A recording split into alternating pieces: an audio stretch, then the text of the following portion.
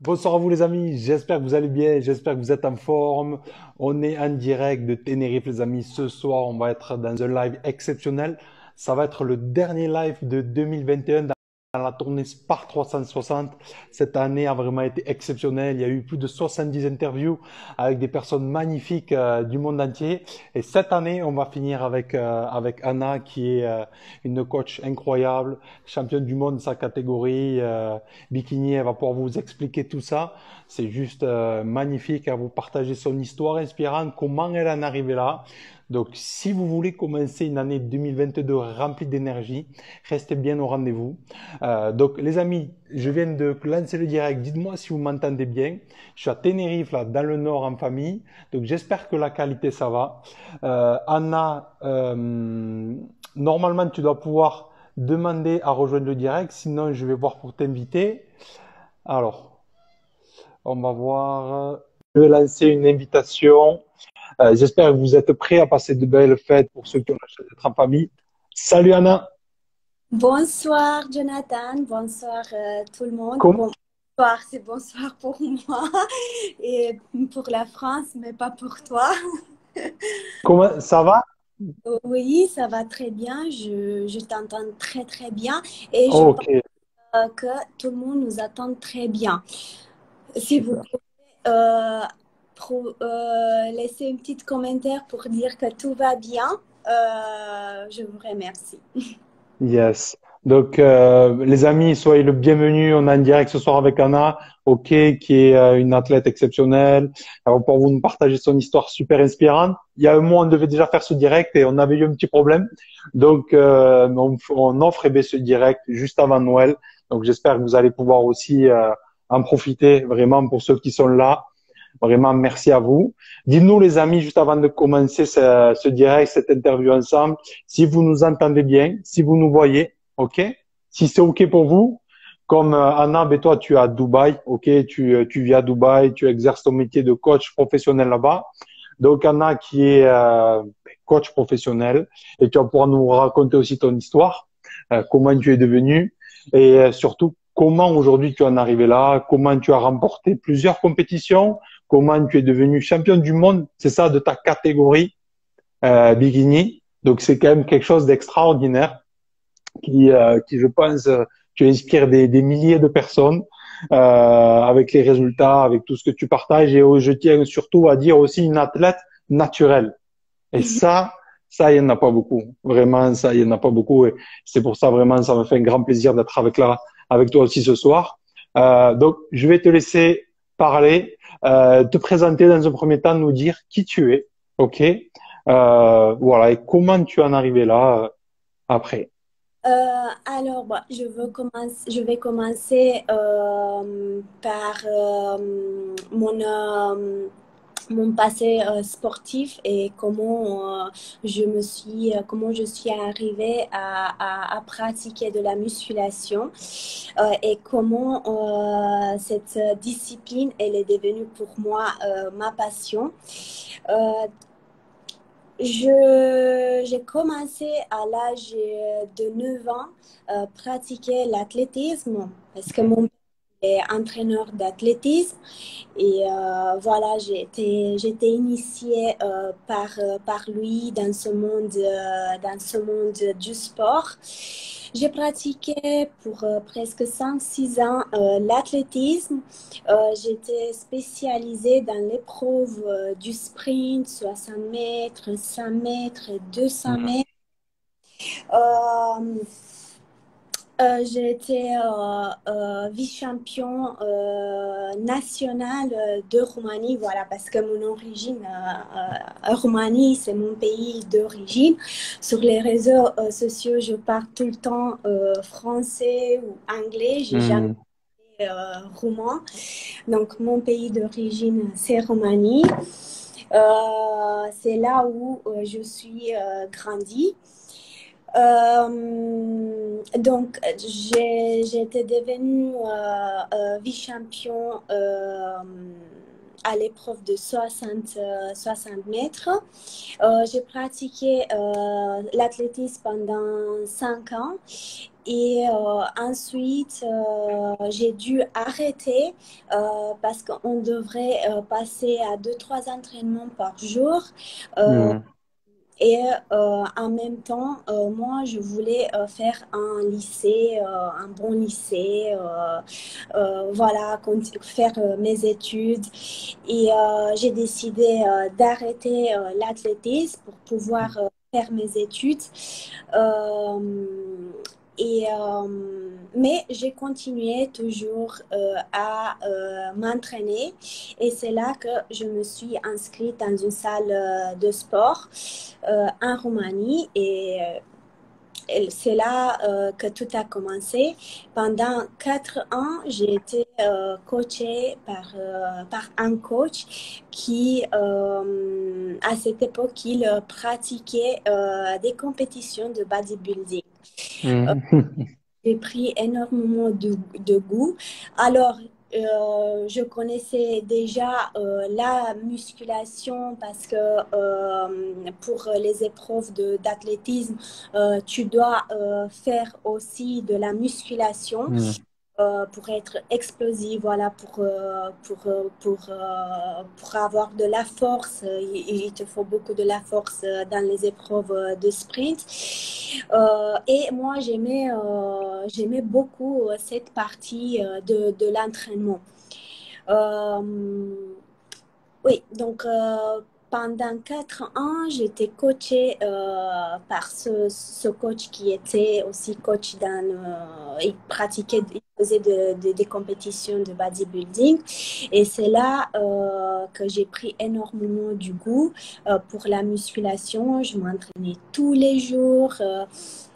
J'étais au lycée, mais le matin, je préparais mon sac. Pour aller ensuite aller à la salle de sport. Euh, tous les jours, j'étais à la salle. Même, je m'embrouillais avec mes parents. Mais qu'est-ce qui se passe avec toi? Arrête, prends du repos. Tu vas trop à la salle. Qu'est-ce que tu vas faire? Occupe-toi de tes études. Je me coupais très bien de mes Hmm. études. Mais je sentais que si je ne vais pas à la salle, en fait, le sport et le fait d'aller m'entraîner et faire de la musculation me donnait beaucoup d'énergie pour être plus productive en fait dans mes études. Ça me, Je comprends. ça me remplissait de beaucoup d'énergie et cette énergie, je le mettais pour être productive dans mes études. Euh, Donc, tu t'es entraîné, donc tu as été vice, comme tu as dit, championne de Roumanie du sprint aux 60 mètres. Donc là, tu as eu un coach aussi pendant des années qui t'a accompagné pour développer cette performance-là. Et comme tu nous disais, ce coach lui-même pratiquait des compétitions dans le bodybuilding. euh, OK? Alors non, c'est quand je me suis mis à la musculation à Ah. l'âge de 10 ans. J'ai été coachée dans la Hmm. musculation, ce coach qui pratiquait aussi des compétitions de bodybuilding. Mais l'athlétisme, j'avais un autre coach pour Oh, l'athlétisme. OK. Il ne pratiquait pas des compétitions de bodybuilding. C'était pas mon père. Mon père, Hmm. il ne m'entraîne pas. Moi, je ne veux pas te pousser. Ah, OK. Donc, Euh, comment ça s'est passé alors? Donc, tu fais tes études, à la fois tu fais ton sport. Comment ça j'ai s'est passé pour toi du coup? Et, j'ai passé ma licence en économie du tourisme. J'ai travaillé un certain temps dans le tourisme, dans l'hôtellerie, dans les agences de tourisme. Mais je me voyais pas du tout faire ces métiers pendant longtemps. C'était pas vraiment c'était pas, je me suis rendu compte en fait que c'est pas ce que je veux faire dans ma vie. Je prenais pas de plaisir vraiment à 100%. Hmm. Aujourd'hui, je suis dedans, hein, je prends plaisir à faire ce métier. Euh, ok. Magnifique. Ok. J'ai fini mes études et j'ai opté pour un master. Plus tard, j'ai opté pour un master sport, un management de sport à l'université de Roumanie. L'université était à l'université de Nice, Sophia Antipolis de France. Et j'ai eu la possibilité et l'opportunité de passer un test pour pouvoir continuer mes études à l'étranger, à l'université de France. Parce qu'à la fin, on devrait passer notre examen euh, en France, à l'université de Nice. Et je me suis dit, pourquoi pas continuer mes études en France et passer mon diplôme là-bas. Voilà. Euh, Toujours, je m'entraînais.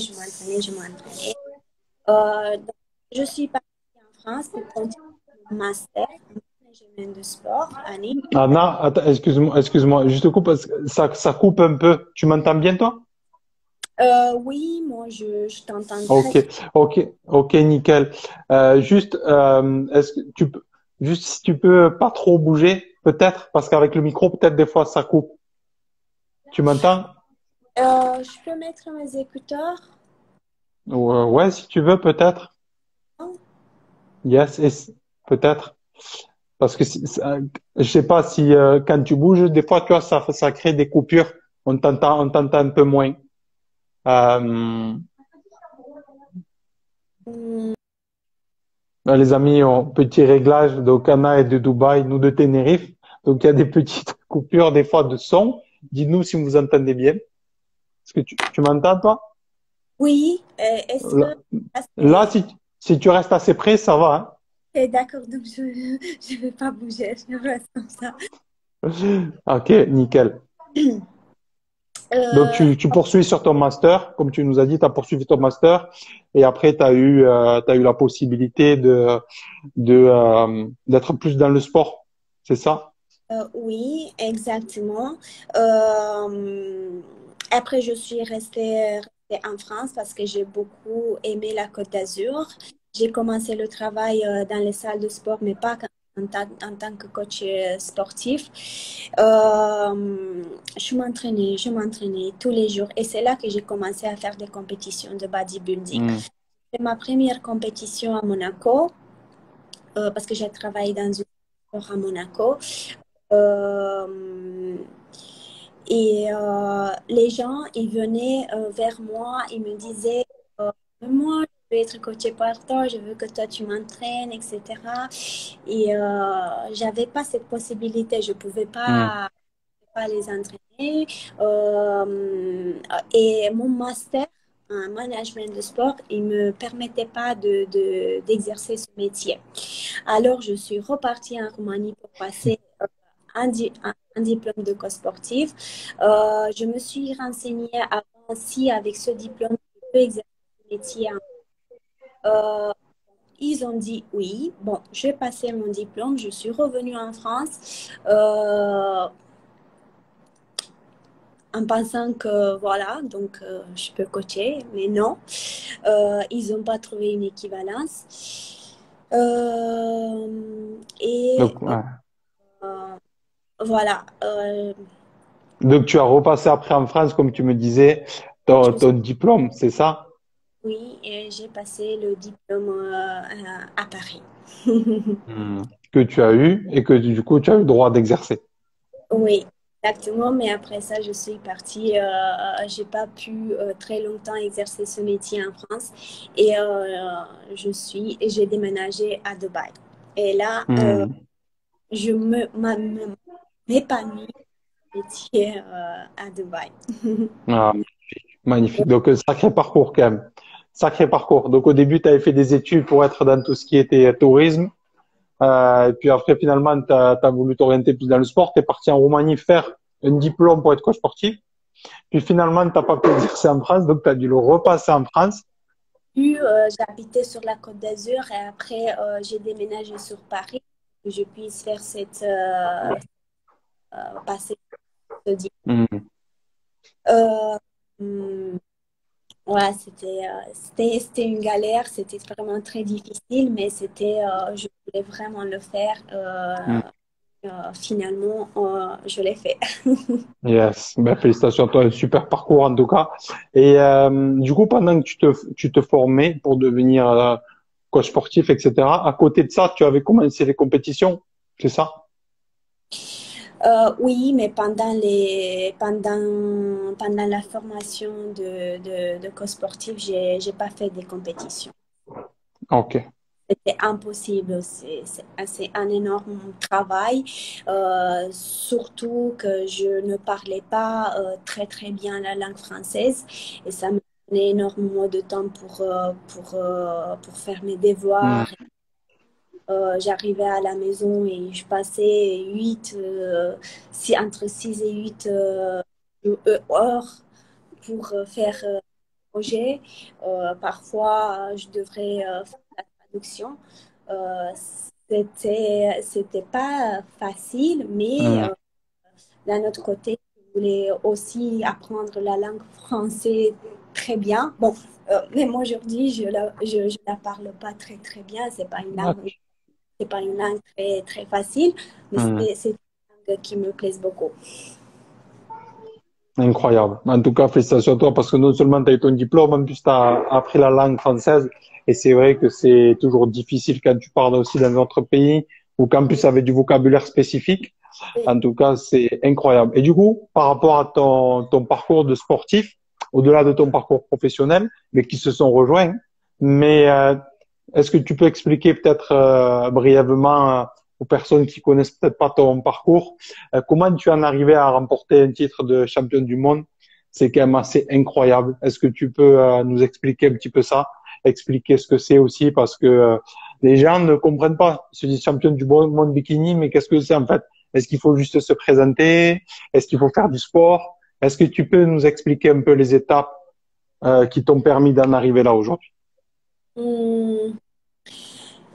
Ok, donc ma première compétition, c'était à Monaco. Pour moi, c'était juste, voilà, je voulais juste faire une compétition, avoir mon expérience, voir si ça me plaît, si ça me plaît pas. J'étais classée le cinquième place parce que bah, mon temps, mon temps, la couleur qu'on met sur nous avant de Mhm. monter scène, il n'était pas homologué. J'étais un petit peu déçue par les personnes qui m'ont mis le temps, qui n'ont pas su le mettre bien, voilà. Ensuite, quelques mois plus tard, j'avais entendu qu'il y a une compétition Eric Favre à Nice internationale et je me suis dit pourquoi pas. Et cette fois-ci, j'espère que tout va se passer très bien avec et j'espère être mieux classée. Voilà, j'ai continué le travail, j'ai fait cette compétition à Nice où j'ai remporté la première place. Et là, j'ai commencé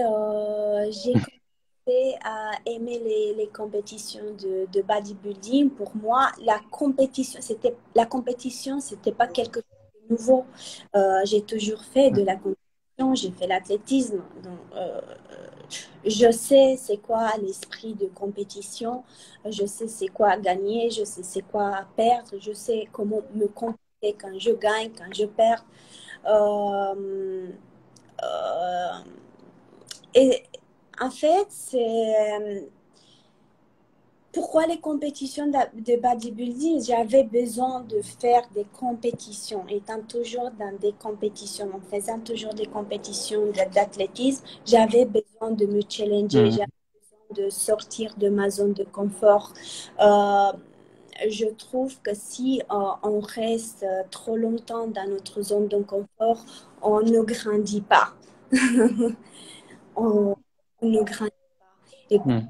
moi, c'est important parce que la vie, c'est une évolution. Pour moi, la vie, c'est de t'améliorer toujours, d'être une meilleure personne, de enrichir tes connaissances.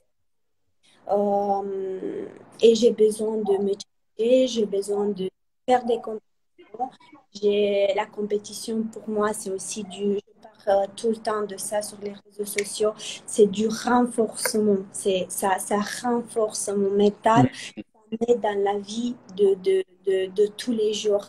Je passe mes épreuves parce que la vie, c'est pas toujours rose. Et mes épreuves, les obstacles dans la vie, je le passe en faisant, je sais pas, je vais à la salle, je fais une répétition de plus, je charge un peu plus et ça me renforce mentalement, ça me donne beaucoup de la force pour Mhm. dépasser les épreuves dans la vie. Mhm. Magnifique, magnifique. Je comprends tout à fait cet état d'esprit. Je comprends tout à fait. Ce que tu dis, c'est très très beau parce que quand on a créé cet état d'esprit aussi de ce que je remarque de compétition, le fait de s'entraîner tous les jours régulièrement, bien sûr qu'il y a ton corps qui change, mais le plus précieux, c'est aussi ton mental. Parce que le mental, c'est comme un muscle. Si je le renforce, il se renforce. Si j'arrête de le renforcer, qu'est-ce qui se passe? J'ai moins confiance en moi. Je vais me laisser plus influencer par l'extérieur. Je vais moins croire en mes projets. Je vais vouloir plutôt rester tranquille. Et tous les gens qui ont bâti cet état d'esprit, notamment dans leur jeunesse, par rapport au sport, tu te rends compte que quand ils passent en mode entrepreneur, au début, souvent, ils savaient pas qu'ils allaient entreprendre. Mais le jour où ils vont entreprendre, en fait, c'est des lions. Ils vont jamais lâcher. Je pense te dire, ouais, celui-là, il a arrêté, il a fini, mais en fait, il est toujours là, toujours là, toujours là, toujours là, toujours là. Et c'est ça l'état d'esprit. Mais ça ne peut être que, comme tu le dis, si moi, tous les jours, est-ce que je continue à avancer? Est-ce que je continue à me poser des questions, à me demander comment je peux faire mieux, comment je peux apprendre de plus? OK? OK, j'ai fait ça, j'ai eu ces résultats. L'année prochaine, qu'est-ce que je peux faire? Qu'est-ce que je peux faire pour amener plus? Qu'est-ce que je peux faire pour donner plus? Et, si tu regardes les grands entrepreneurs, souvent, c'est toujours des gens qui ont cette fibre-là de sport. Et aujourd'hui, il y a beaucoup de management dans les grandes entreprises qui se font par rapport à ces valeurs-là. Comme je dis, pour moi, c'est ça le vrai leadership. Le leadership, ça s'apprend pas dans des livres. Le leadership, c'est le leadership du terrain, des tranchées, des difficultés. Et à la salle de sport, comme sur un terrain, tu peux pas mentir. Tu peux pas te mentir. Tu le vois. Si tu te mens, ça se voit de suite. Physiquement, ça se voit. Et, et c'est sans aucun jugement, mais ça permet de, souvent on peut se cacher derrière quelque chose. Là, tu peux plus te cacher. Et après, c'est juste avec soi-même se dire qu'est-ce que j'aime de faire. Et du coup, comment tu en es arrivé alors à ce titre? Donc, tu fais la compétition de Eric Fabre que tu remportes. Ok, on en était là. Qu'est-ce qui se passe pour toi pour la suite? Pour la suite, Eric Favre, il m'a contacté pour être ambassadrice de la marque. Et c'est là en 2018. Voilà, j'ai eu mon premier contrat avec la marque Eric Favre. En me classant le première place pour cette compétition.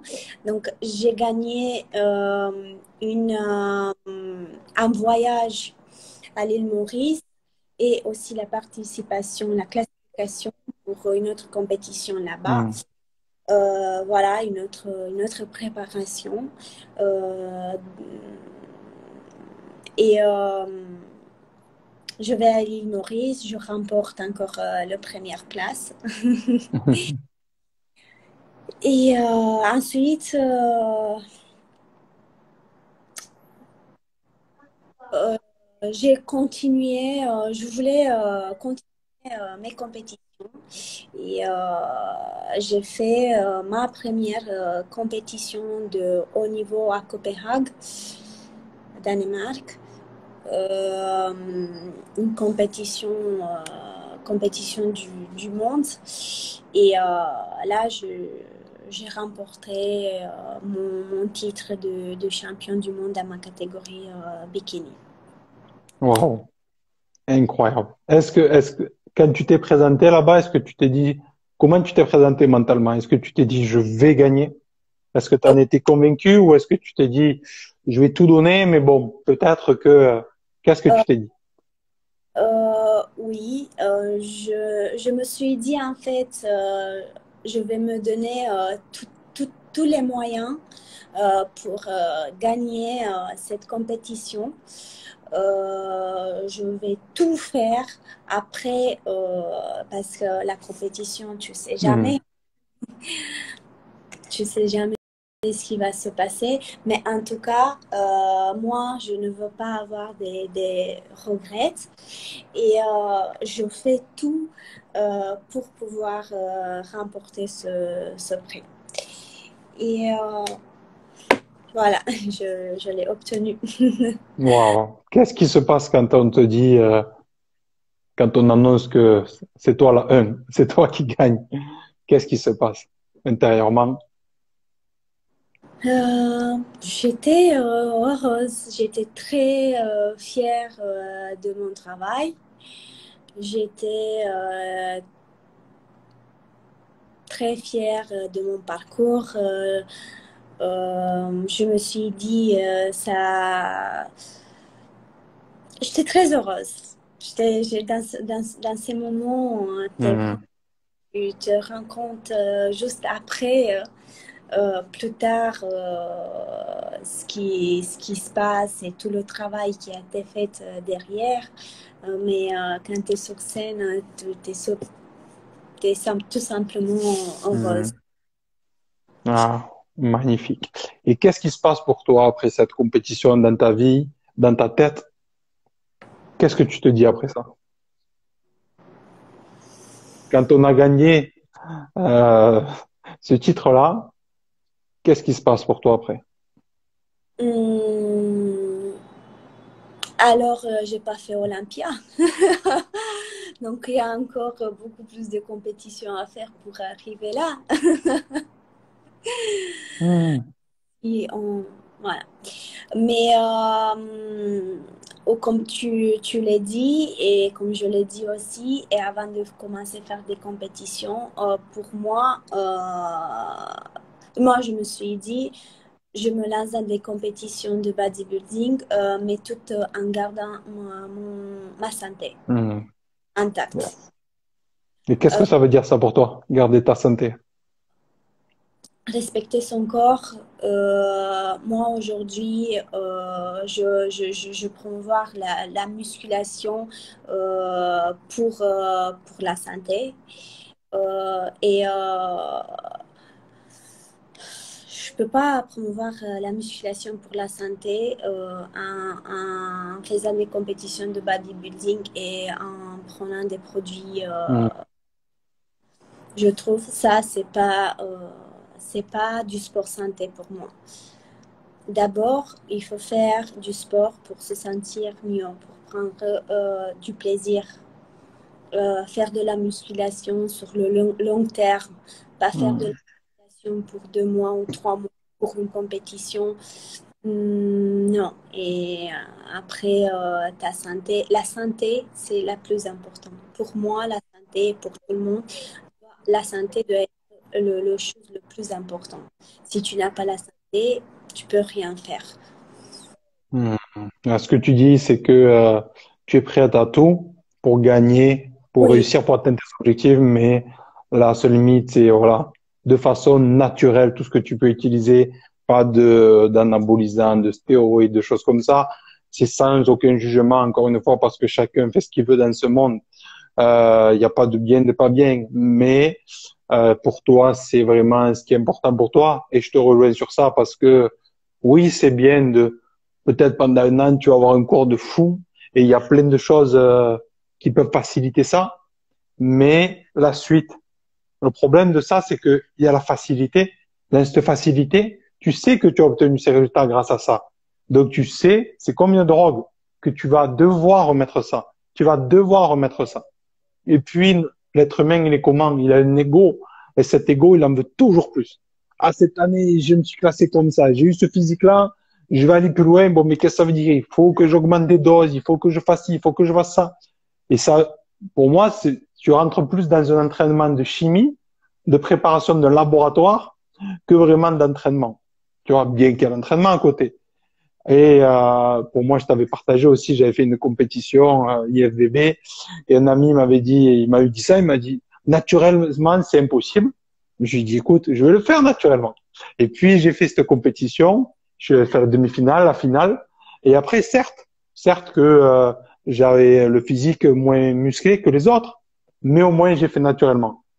Et tout ça pour dire que vous, aujourd'hui, s'il y en a qui regardent là, vous n'êtes pas obligé de prendre certains produits, etc., pour avoir un corps où vous êtes bien. La preuve en a, elle le montre. Moi, j'ai commencé, je faisais 40 kilos et on peut avancer, on peut se dépasser. Peut-être que ça prendra un peu plus de temps, mais Bien les sûr, résultats resteront.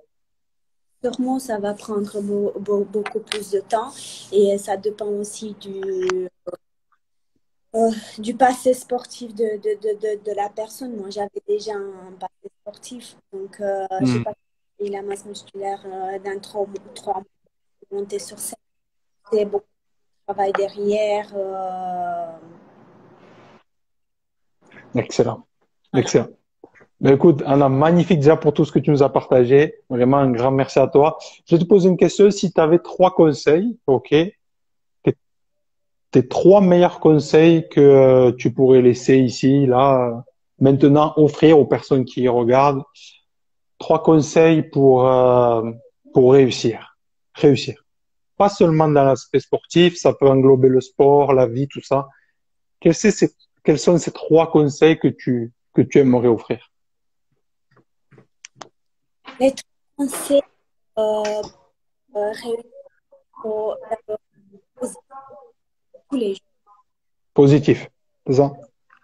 Optimiste, être optimiste. Voilà. Tu as des rêves, garde dans la tête, travaille tous les jours pour tes rêves. Fais un petit pas tous les jours qui vont te rapprocher de Mm. ton rêve. Et même s'il y a des jours difficiles, garde l'espoir et fais ton travail. Garde l'espoir et sois pur dans tes intentions. Sois sincère. Mm. Euh, travail, la persévérance. Euh, l'optimiste, l'optimisme. Si tu n'es pas optimiste, si tu n'es pas positif, tu vas pas y arriver. Mm. Et comment on fait pour être optimiste, justement? Quand rien ne va, en apparence, comment on fait pour être optimiste? Comment je fais pour être optimiste? Tout simplement, je me réveille et je souris et je dis merci à Dieu parce que voilà, c'est une Mm. nouvelle journée. Tu m'as réveillé, je suis en bonne santé, je peux travailler, je souris. Comme tu as vu, je ne sais pas sur mes réseaux, je souris tout le temps. Je me réveille, je souris. Mm. Déjà, ça change tout. Excellent. Et d'où te vient ça? Le fait de se dire, je vais lever le matin, je vais sourire, je vais avoir de la gratitude, c'est ça que tu expliques. Pour le plus important, le fait d'être en vie. Où est-ce que tu as appris ça ou comment tu as développé ça? Comment j'ai développé ça? Alors, je lis depuis toute petite, je lis des livres. Voilà, des livres de motivation, de la discipline, etc. Euh, Mhm. comme, comme vous le savez, la vie, elle n'est pas tout le temps rose. Il y a des obstacles et des épreuves. Euh, quand je ne sais pas quoi faire, je lis tout simplement. Ok. Et Donc ouais. Donc le fait de t'enrichir, c'est ouais. ça, d'enrichir ton mental, c'est des choses qui t'aident et qui t'ont aidé à te développer Et le personnellement le sport qui sport. énormément tous les jours, qui Hmm. renforce énormément tous les jours. Magnifique, magnifique. Est-ce que tu aurais un autre conseil que tu aimerais partager pour permettre aux gens de réussir, que ce soit dans la vie, dans le sport? Donc, tu as partagé l'optimisme, tu as partagé le fait d'agir chaque jour, le fait d'avoir de la gratitude. Avoir de la persévérance, avoir De la patience, surtout de la patience. Il faut beaucoup, beaucoup de la patience, que ce soit dans le sport, que tu veux transformer ton corps, ton physique, que tu veux réussir à vivre tes rêves. Il faut avoir beaucoup de patience. Hmm. Et justement, la patience. Euh, Comment tu gères, toi, ça, la patience, quand on est pressé? Qu'est-ce que tu te... Comment tu réagis à ça? Est-ce que tu veux partager? Parce que ça, c'est quelque chose que tout le monde rencontre. On lance un projet, on veut vite que ça marche, on commence la musculation, on se dit, waouh, dans 90 jours, je vais être Arnold Schwarzenegger. Euh, Qu'est-ce que tu te dis? C'est-à-dire, tu te dis, bon, ben, j'agis, tête baissée. Comment tu fonctionnes par rapport à ça? Par exemple, j'ai des clients en coaching qui me disent, bon, ils ont pratiqué la musculation comme ça, ils vont à la salle, ils font ce qu'ils pensent que c'est bien de faire. Et ils me disent, dans 2 mois, je veux avoir abs, je veux avoir les bras comme ça. Je respecte tout, je respecte la diète, je fais tout ce que tu me dis, fais tous les jours dans l'entraînement, etc. Oui, tu peux faire tout ça. Tu as le ventre, voilà, tu es un peu gros, dans 2 mois, tu veux avoir les six-pack et les bras, je ne sais pas comment. Euh, il faut que tu te renseignes d'abord. Hmm. Ça veut dire quoi ce sport? Ça peut me prendre combien de temps? Est-ce que je suis prête à consacrer du temps à ça? Il faut te renseigner d'abord sur l'aspect. Hmm. Magnifique. Donc, c'est bien d'avoir des rêves, c'est bien d'avoir des projets, mais et c'est bien de se lancer aussi tête baissée, de vouloir être prêt à tout donner. Mais comme tu dis, il faut se renseigner. C'est-à-dire que moi, je prends souvent cet exemple, si tu as mis, si pendant 20 ans, le sport, c'est pas ta priorité, et puis tu as pris plus 30 kilos, c'est pas en 2 mois, de façon naturelle, que tu vas les perdre. Il faut accepter qu'il y a un processus aussi. Oui, Et c'est souvent, ouais, pardon. je trouve ça le plus beau, c'est le processus. C'est pas Hmm. oh oui, c'est le résultat final aussi, mais le processus, c'est là qui te fait grandir. C'est là que tu apprends énormément des choses. C'est là que tu donnes Hmm. plaisir. Si tu prends pas du plaisir au processus, je sais pas si tu vas arriver au résultat final. C'est comme Magnifique.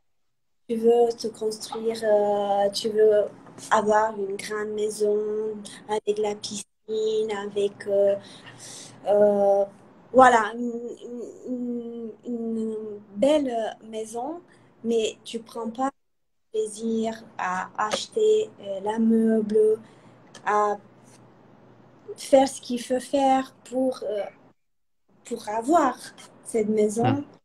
Ah, je sais pas, tu vas pas l'avoir. Ouais, c'est très beau ce que tu partages. Prendre plaisir dans le processus. Oui, Parce que si on ne prend pas de plaisir, en fait, on va chercher des facilités ou on va abandonner. Et dans oui, les deux cas, ça va pas donner les résultats que l'on désire. Et c'est comme à la salle de sport, c'est comme quand on lance une entreprise, c'est comme ce qu'on est en train de faire. oui. Voilà, si on voudrait pas le faire, ben on le ferait pas. Ou si on le ferait de façon forcée, ça se verrait, ça se sentirait.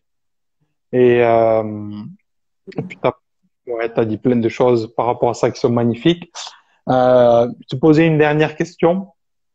Oui. Euh, Si tu avais un seul message, Anna, c'est-à-dire que tu ne peux rien prendre, ok? Dans tous les cas, on ne va rien prendre dans ce monde. Mais s'il y a une seule phrase que tu pourrais laisser gravée, où on se dit, ben, Anna, c'était ça, c'était son message. Quel est le message que tu aimerais laisser gravé dans ce monde?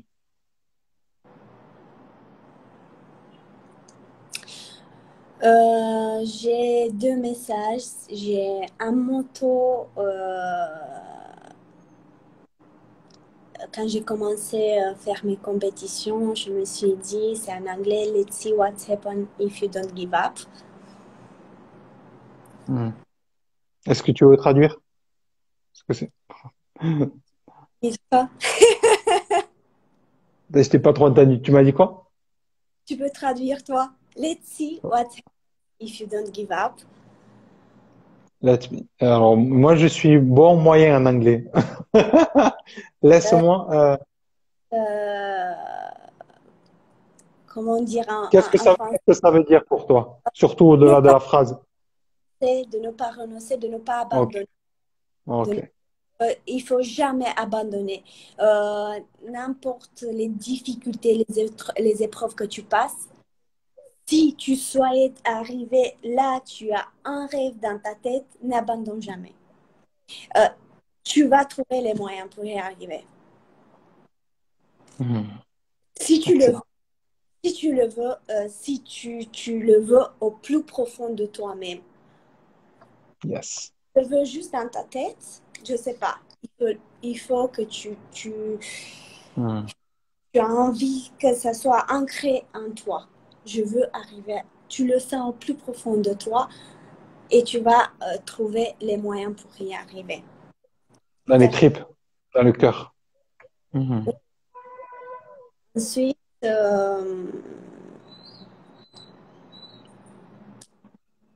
j'ai un autre message aussi. Euh, c'est d'être discipliné dans ton travail pour ne pas avoir des regrets. Moi, dans ma vie, je fais très, très attention à ce que je fais, à comment je me comporte avec les gens. Euh, je suis très consciente de mes actions pour ne pas Hmm. avoir des regrets. Si je veux faire quelque chose, d'abord, je réfléchis et je me dis, si je fais cette chose, ça va m'apporter quoi? Hmm. De la Je ne conscience. Ouais. peux pas. La vie, elle est très courte. Il faut faire attention à tes actions pour ne pas avoir des regrets. C'est difficile de vivre avec des regrets dans le cœur. Excellent. Excellent. Magnifique, Anna, par rapport à ce que tu nous as partagé. Vraiment, c'était super inspirant. On laissera ce live en replay. C'était Ah, magnifique. Je bon? rappelle, Anna qui est coach, tu m'entends? Anna qui est coach sur Dubaï, les amis, coach sportif. Elle vous accompagne sur le coaching sportif, l'alimentation, le mindset. Voilà, numéro un championne du monde quand même dans la catégorie bikini. Donc, ça veut dire quand même ce que ça veut dire. Elle fait du coaching privé, elle fait du coaching à distance. Donc, si vous n'êtes pas abonné, OK, que vous regardez maintenant en replay, allez voir. Si vous avez des questions, justement, qu'en 2022, vous voulez faire de l'énergie, de la santé une priorité, vous pouvez aller la voir. Vous voyez comme elle est sincère, naturelle. Elle vous répondra vraiment à cœur ouvert. Pour 2022, est-ce que tu aurais envie de dire quelque chose, souhaiter quelque chose pour les gens, pour cette fin d'année, pour commencer cette nouvelle année où voilà, le monde est un peu crazy en ce moment, j'ai envie de dire, un peu fou par rapport à tout ce qui se passe, Covid, pas Covid, etc. Bref, tout ça, c'est que l'extérieur. Comme tu l'as dit, il faut rester ancré dans son intérieur pour continuer. Est-ce qu'il y a quelque chose que tu aimerais souhaiter euh, aux Commencer, personnes qui... la nouvelle année avec un sourire. Magnifique. Un sourire. Magnifique. Passer des bonnes fêtes Ouais. et, euh, Next. et mettez-vous des objectifs, des petits Mm. objectifs qui vont vous rapprocher de votre rêve, parce qu'on a tous des rêves, non? Yes. Of course. Yes. Euh, Mm. Mettez-vous des petits objectifs qui vont vous rapprocher, voilà, de votre rêve. Travaillez, soyez discipliné, plus discipliné peut-être. Si vous étiez pas discipliné en 2021, mettez sur la liste Mm. la discipline pour l'année 2022. Mm.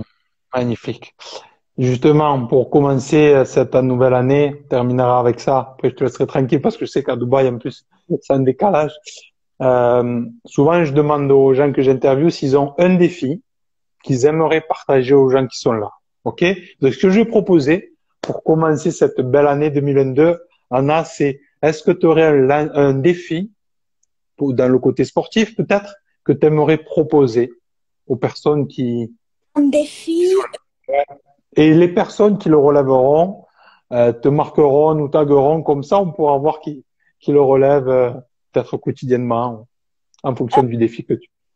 euh, pour ceux qui pratiquent de la musculation et pas que ceux qui pratiquent de la musculation,